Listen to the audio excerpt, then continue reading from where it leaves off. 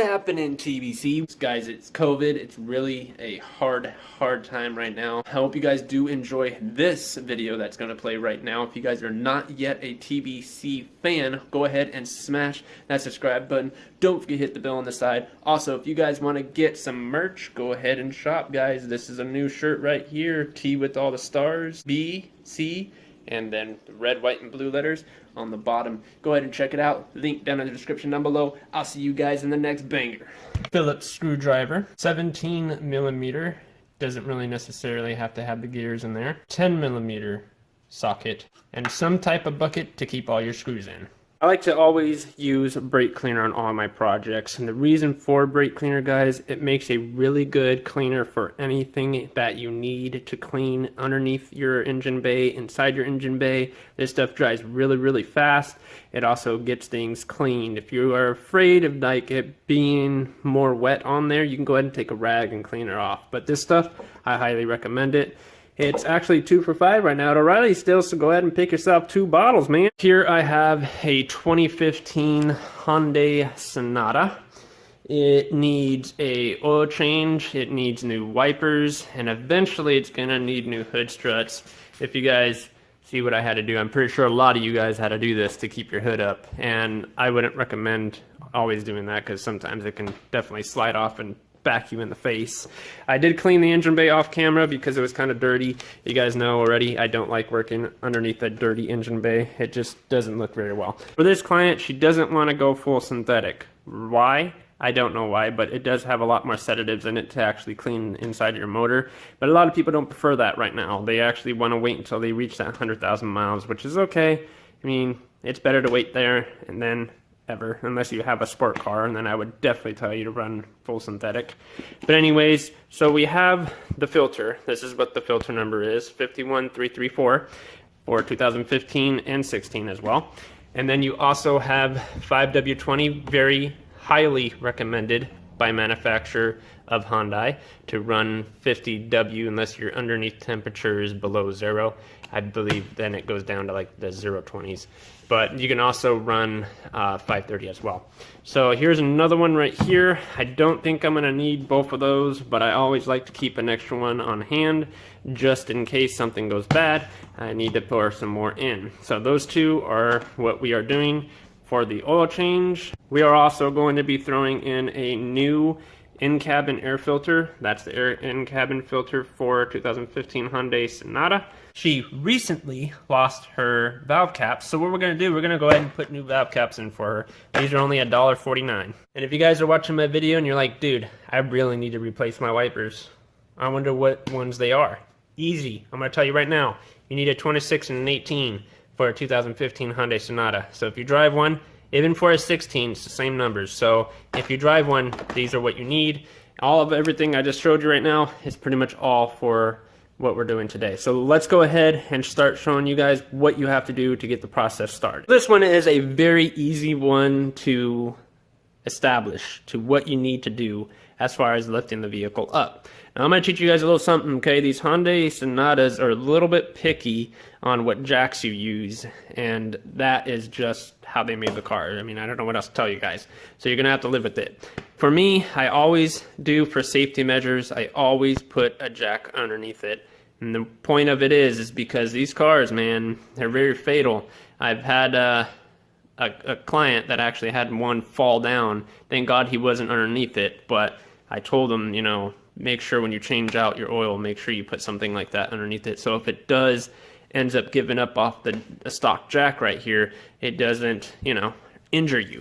Here we are underneath the Hyundai, and what we're going to be doing is we're going to be taking out all these screws along the liner. As you can tell, we got a couple that we have to take out. And then you got to make sure you take out these two. This one's already loose right here, so we're not going to worry about this one too much. This one's just there, I guess.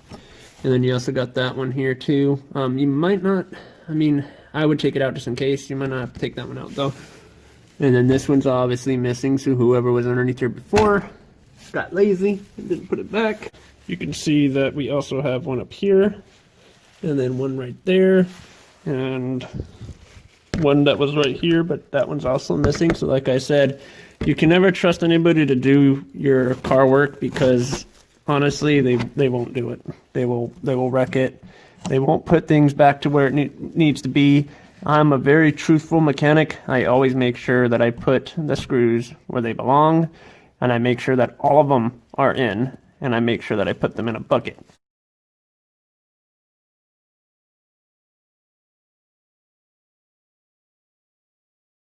This is going to be your oil pan right here. If you don't know where it's located, look at the front side of your car. You'll see these two hoses. You'll see the filter. Filter's right here. This white little thing. It's really, really tiny. And then if you come up to the black pan, you'll see that it's marked. This is what you're going to be taking off. And ordinary to get that off, guys, it's quick and easy. 17 millimeter socket. Go ahead and just start on loosening that baby. And then once you get it on loosened enough, get your pan ready, because the smartest thing to do is to actually drive your car for a little bit, let it sit for about 20 minutes, come back out, watch your hands, don't get burned, but it's going to make the oil flow a lot more faster and a lot more smoother outside of your pan. So I'm going to go ahead and unscrew this thing here, get my pan underneath it, and then we can watch it drip. So technically this is going to be a video for everybody that takes their car into the dealership and thinks the dealership ain't damaging your vehicle.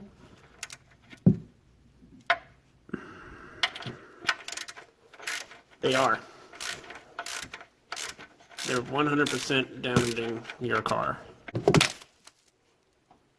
This should actually come off really, really easy. If your screw does not come off, your drain plug doesn't come off really, really easy, then that means they are tightening it way too much. It's probably on crooked like this one was. This one was definitely on there crooked. So don't trust what you hear. I would rather trust somebody that knows a lot more and that takes their time, and somebody that won't rip me off, in other terms. So this is the reason why I became a mechanic, guys, because I got tired of seeing people getting ripped off and people lying and taking people's money and saying, hey, this needs to be fixed, that needs to be fixed, when it really doesn't really need to be fixed. They're trying to rob you for your money. So this is the reason why I'm here today. So basically right now we're just waiting for it to drip completely out of the pan, and then what you're going to do now, because this is still pressurized, what you're going to do is you're going to go back up to your engine bay, take off the cap. You don't really need to take it completely off, just release it from the socket that it's in. And if you guys know this one, this cap is kind of like a lock cap. So let's go ahead and show you guys that. I'm going to let this continue dripping. It's not as hot as I thought it was. Out with the shaky camera. Now we're going to be able to go ahead and just pop this guy off. It does require force, by the way, guys. I already popped it off, so don't mind all the smoke you see in the air. That's from my vape. See, none of you guys know I do vape. So after you guys come over here, you're going to see a big old lid like this. Kind of looks like a gas cap, doesn't it?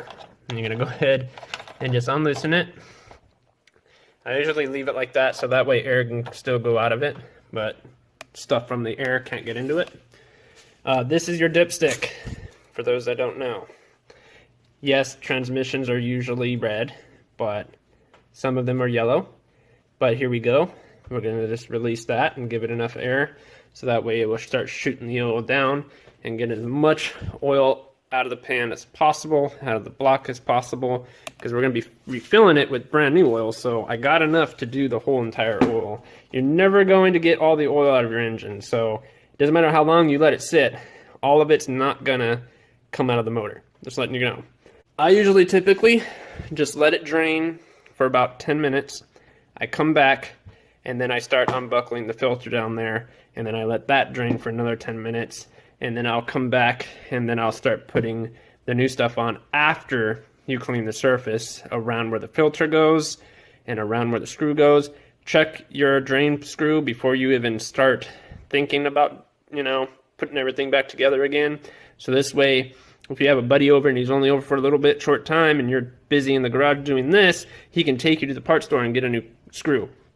Sometimes I do recommend changing that every single time you do an oil change, only because those screws, man, they have a little gasket around them that it tends to get faulty sometimes. Today's saying is, an honest mechanic is a true mechanic.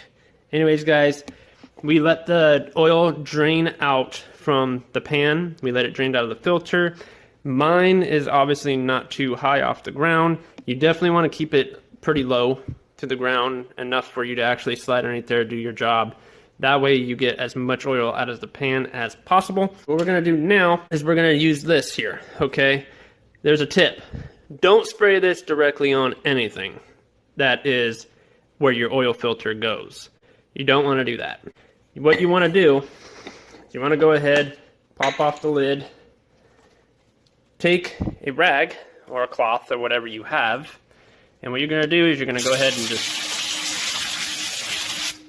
barricade the living hell out of the rag and let it sit for a minute. And then you're gonna go underneath the car, right where your filter sits, clean that whole rim, clean the screw, and then we're gonna go shooting over to the oil filter. I gotta show you guys something that I show on every single client's car that I do. And then we're gonna go ahead and try to do the oil change properly. Not like somebody that doesn't. I went ahead, I cleaned the whole entire bottom of the pan. I cleaned the drain plug, and I also cleaned where the filter sits, made sure I got all around the rim. That's what actually I did first, so make sure you do where the filter sits first, and then go ahead and do the pan. And then while you're at it, go ahead and screw that screw back in. Make sure it's back in there.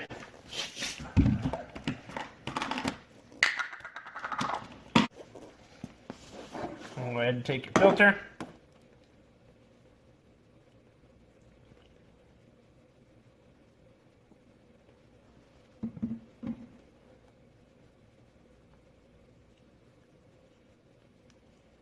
Now we are at the point where we can start putting oil into the motor. So I got my oil here. I got the cap off, obviously. I went ahead and brake cleaned this whole funnel out because this is my main funnel. This is what I use for everything. So you always want to make sure it's clean. And make sure you wipe it too. Don't just spray it and then not wipe it, because it's, you know, brake cleaning going in there, not a good idea. What we're gonna do, we're gonna just come over here, start pouring her in.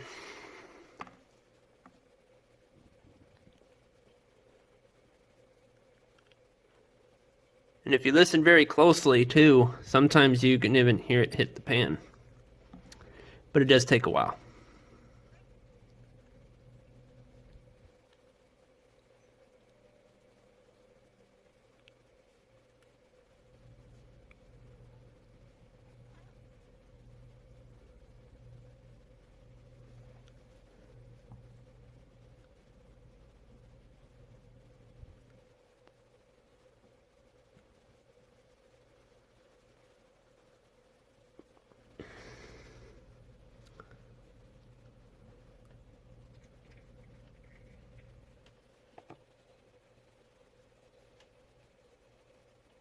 Kind of sounds like when your stomach growls and it's hungry. Your car's hungry for oil. Got the oils in there. I'm going to let it sit for a little bit and let it hit the pan. And then once it hits the pan, I'm just going to check the dipstick, because I remember I already filled the oil inside of the filter. So that's already filled. Why do people recommend you driving it and then checking it? Is because it works through the whole entire engine. So it's always a good idea, no matter what you do, after an oil change, drive it, come back, wait 25 minutes, come back outside, get yourself a hefty dipty rag, come and check your dipstick. If it doesn't look like it's there, you can try another 25 minutes if you have really nothing else to do, and then come ahead and check it again. If it's still the same level, then most likely you need to put more oil in it. Typically, when new oil does burn a little bit, and especially if you're a hard driver, so just keep that in mind. You always want to make sure you're checking your oil. Don't let your motor run without oil, especially a little bit of oil. That can damage it. Don't overfill it, don't underfill it. You know, I did go ahead and drive it, and it's working well. Ordinary to change your windshield wipers on these girls. It's pretty simple. These ones here in Arizona, we get this. I don't know if your state gets that, but they just peel completely off the blade. And sometimes when you're just messing with it, that happens. The reason for it is because these things are plastic, guys. I really like when they just fall off like that because it makes my job a lot easier, but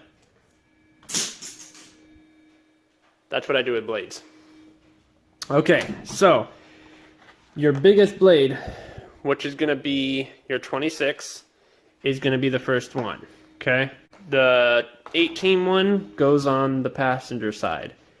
Sorry about the flashing. This is the reason why I stopped using this camera. But we're going to go ahead and replace these. Really easy. They're just little pins that sit. Here, I'll show you real quick, because a lot of people, they don't know, and it's always good information to find out. So in here, you're going to see this clip right here. It's going to be right there. What you want to do is just pull it down. As far as you can pull it down, it should release off of the hook, like mine just did. And then you're going to go ahead and just push down on it, and it will come right off. It's really, really quick. These blades are just cheap $10 blades. Anyways, guys, I'm going to go ahead and put the blades on here. Don't let these hit your window. It will shatter it. I'm going to go ahead, put the new ones on. These are the Bosch ones. These are the best ones on class right now. If you're looking for a really good high-grade blade, go with Bosch Pure Visions. They are really, really good. You'll be impressed. Anyways, guys, I'm going to go ahead and get that done. And then later, we're going to jump inside the car, get the in-cabin filter done, and then I'm going to go ahead and just put the valve caps on. I really don't need to show you guys that. How to change a 2015 Hyundai Sonata in-cabin air filter, guys. This is going to be pretty damn simple. I'm just going to show you before my phone dies. So what you're going to do is you're going to go ahead and open up your glove compartment. And you're going to see these two tabs. 1, 2. Obviously, you know, just like everybody else says, make sure your glove compartment's clean. It makes everything a lot easier. Bam. So, I'm going to teach you on this one. That's all you're going to do is come to it, and you're going to twist it. Boom. It's that simple. Usually, this thing right here is usually on it, and it actually goes right here. So when I'm done, I'm going to put that back on, because whoever changed the in-cabin air filter in here before did not do it. Okay, so now what we're going to do is we're going to go ahead and shoot up. That will expose this whole side right here. Now this black thing right here, this is the door that covers the filter. There's a tab right here. I'm going to go ahead and push that tab in. Pull the door off, and that exposes your in-cabin air filter. So what we're going to do is you're going to go ahead and pull her out. Yeah. Did you guys just see that? A leaf just came flying out of it. Okay, so this one is definitely disgusting. There's a whole bunch of debris in here. Like, you don't want to breathe that in. So, get all that off of her seat. I'm going to go ahead and open up the new one, because we want to breathe in good air. We don't want to breathe in bad air.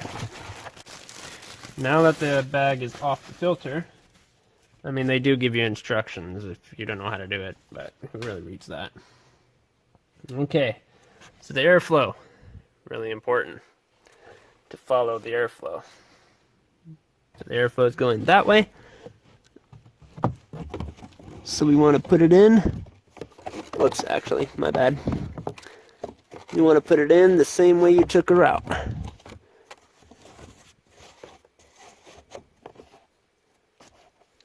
And it should fit in. It should fit in just like that one just did. So it's really easy. Make sure the arrows are facing upwards. When you grab it, there should be a lip. So that one's in. What you're gonna do now is, there's a groove on this one. Okay? So you're gonna go into here, stick the groove in, push her down. It's pretty much all you have to do. Then you can go ahead and lift up your glove compartment. And this thing that nobody ever puts back, I'm going to go ahead and put that on. That adds tension to it. It's like a shock in a certain way of term. Okay. Now you want to make sure that you put your stoppers back, because you definitely don't want this thing flying open. Make sure it locks in. Should sit just like that. And you just do the same thing with the other side. You might need to pull up on it. And these things, guys, they only go in one way, so.